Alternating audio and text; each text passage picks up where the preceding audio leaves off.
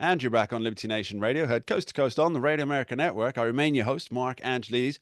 We're continuing our wonderful, fascinating conversations today with Liberty Nation's correspondent and author, Michelle White. Thanks for sticking around, Michelle. Thanks for having me. So, Michelle, you wrote a fascinating piece on the pages of libertynation.com talking about the Save America Act, which was once, when it was an unmarried piece of legislation, was just the Save Act. Right. Now, this has got a new lease of life and a lot of new attention. hmm If you could just give us a brief synopsis of what the legislation is about. Well, the legislation originally was about making sure that non-citizens don't vote in the election, which the Republicans are trying to push through. But it really didn't have that much traction until the last few weeks. Scott Pressler has made it Hmm. his mission to basically call Senator Thune every day, and he has since January 1st, to tell him to pass it. He's posting profusely on X. Hmm. He's gathered a following, and it's kind of taken off from there. And then several Republican lawmakers are also putting their names on it. There's 48 co-sponsors. Senator Mike Lee is the sponsor. He's got 48 signatures with him now. My congressman, Chip Roy, is also, they released together the new version, Hmm. which is the Save America Act, which came at President Trump's initiation to change the name from the Save Act to the Save America Act. And then they added the voter ID to it. Yeah, so just for those who aren't familiar, Scott Pressler, he's been around for a good few years now, but he's an independent activist, I guess you'd call it, who works very Right. much on boots on the ground, voter registration, and he gets a lot of credit, I think, for Donald Trump winning Pennsylvania in Yes. 2024. Yes. Because really the amount of people he and his organization got signed up to support and speaking, I think Right. I believe President Trump has acknowledged how invaluable his help was. So when he's pushing for something, he's a very effective person. He Um, is. and being so effective, people tend to listen a bit more. And so, yes, I think there will be some movement on the Save America Act. Let's dig into what it actually means. So, the basic premise here is that it would be codified that uh, identification must be shown to vote in, and now we're talking specifically federal elections here, aren't Federal we? election. Rather than Right. others, because obviously in some states and cities, non-citizens can vote in local elections and propositions and things. Um, but here we're talking federal elections, so an ID Right. would be required to vote in those, and assurances to eliminate the odds or chances or risk of non-citizens casting a vote. Now Right. that's obviously a twofold thing. One, being that nobody wants illegal aliens to vote in an election. Right. Because especially, so actually follow me down the bunny trail here, if you will, Michelle. Happy Let's to. let's say that there's a position on the political left that somebody who comes to America illegally or legally is just as American, right? It's, they're just as American as everybody else.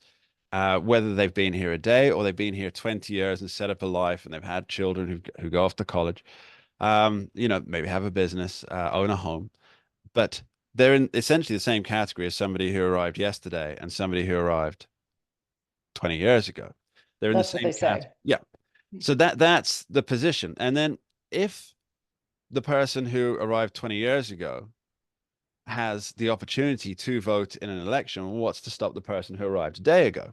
And Right. let's put the cherry on this.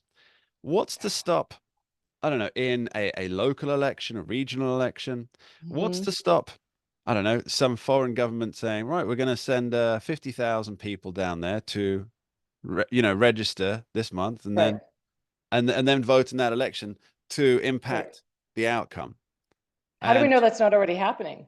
We don't Well, know we that's not already the happening. fact is we do not know that this is not already happening. Excuse Right. for all the negative, double, triple negatives in there. But yes, we don't know that that's not already happening. And of course, history tells us that um, the inward movement of people, the migration of people into areas has been used to affect not only demographic change but political change, and that's happened Absolutely. throughout Hmm. history and throughout the world. And Hmm. the idea that, well, we're in 2026 now, and I got it right that time. We're in 2026 now. This kind of stuff doesn't happen anymore. It's almost laughable to think that is not in the Right. back of some bad actor's mind to start doing that. So yes, so it's to stop illegal migrants impacting a vote for which they have no Right. right to vote in, or to be part of that election, that specific Right. federal election.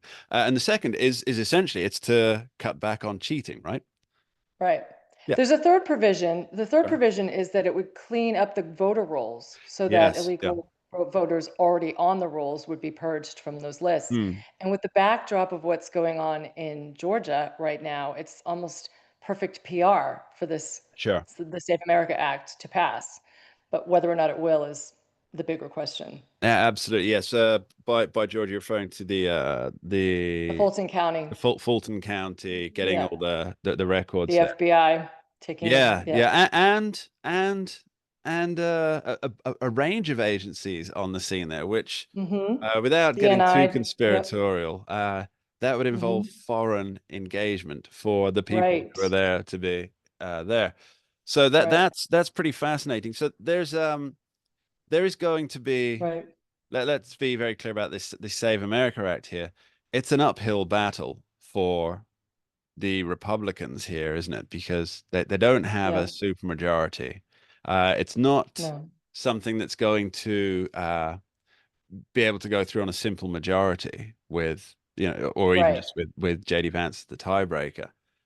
Which So is why Scott Presler is also pushing to nuke the filibuster so that they sure, can pass it with a simple majority. But as you know, Congresswoman Anna Paulina Luna also has some ideas up her sleeve to slow walk any votes or to block any votes on the floor. She said she has the Republicans to support her so that this shutdown would be prolonged.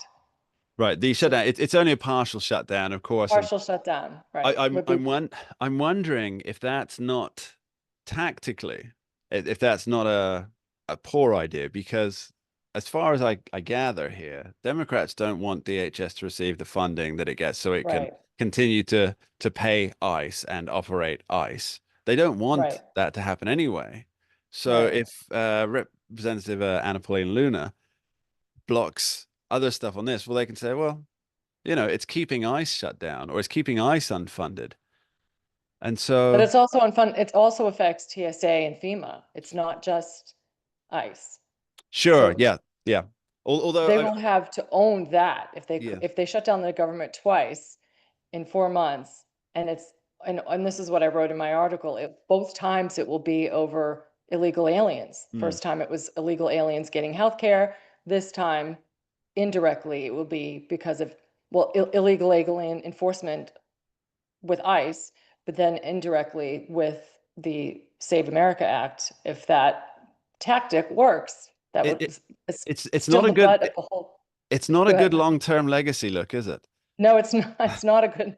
It's not a good look, Yeah. and it makes you wonder, why are you fighting so hard, Mm. willing to shut down the government for illegal aliens and benefits they're not entitled to? Michelle, I recommend everybody goes and reads your excellent piece over at the pages of Thank libertynation.com. you. I want to thank you for being here. Take care. Thanks for having me. And that's all we have time for on this week's edition of Liberty Nation Radio, heard coast to coast on the Radio America Network. I've been your host, Mark Angelides. I'd like to thank our guests today, Andrew Moran and Michelle White, and of course, extend my thanks to you, the listeners, for taking the time to tune in each week. You are appreciated. Please remember, Liberty Nation does not endorse campaigns, candidates, or legislation, and this presentation is no endorsement.